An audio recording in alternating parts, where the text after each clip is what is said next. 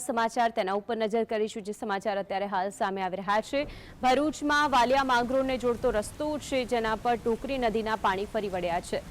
મેરા ગામ પાસે પાણીના ધસમસતા પ્રવાહની અંદર ટ્રક હતી કે જે પલટી મારી ગઈ હતી। ટોકરી નદીના પાણી જાહેર રસ્તા પર ફરી વળતા પરિસ્થિતિ સર્જાઈ છે। ટ્રકમાંથી ક્લીનર અને ટ્રક ચાલક છે કે જેનો આબાદ બચાવ કરવામાં આવ્યો છે। મહત્વપૂર્ણ સમાચાર ભરૂચમાં વાલિયા માંગરોળને જોડતો રસ્તો કે જેના પર ટોકરી નદીના પાણી ફરી વળતા આજે રસ્તા ઉપર પાણી ફરી વળ્યા છે તેના કારણે મેરા ગામ પાસે પાણીના ધસમસતા પ્રવાહની અંદર એક ટ્રક હતી કે જે પલટી મારી ગઈ હતી। જો કે સદનસીબે કોઈ જાનહાનિ થઈ નથી પરંતુ આ ટ્રક ચાલક અને ટ્રકમાંથી ક્લીનર બંનેનો આબાદ બચાવ કરવામાં આવ્યો છે। અવારનવાર આવી પરિસ્થિતિ સામે આવતી હોય છે। નદીનું જળસ્તર વધતા નદીઓ બે કાંઠે વહેતી થતા તેના પાણી છે જે જાહેર માર્ગો પર ફરી વળતા હોય છે।